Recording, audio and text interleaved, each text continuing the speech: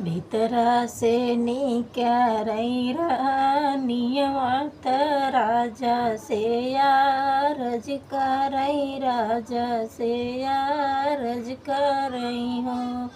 राजा नदी बोलाइलई यौता की दिन मोर निच काने की दिन निच कानई हो।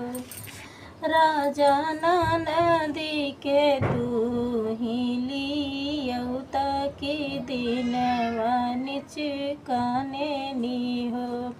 बाहरे से मचिया ही बाई ठाई सासू की बहुअर से यारज करई बहू से यारज करई हो।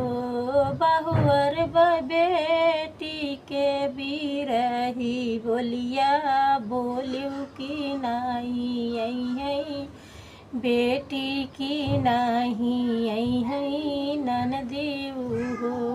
बहुअर अपन बहिनिया बोलैत्यु त सौर कामई है कि सौर तोहर लिपिहई हो। बोलिया तह बोलियो मोरी सासू की बोलहिउ ना जानियो की बोलहिउ ना जानियो।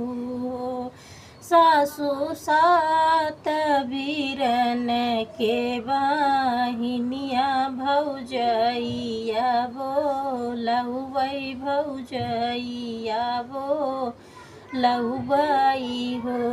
सासू भाऊजी जे सौर कामई है कि सौरीली पई है कि सौरली पई है हो।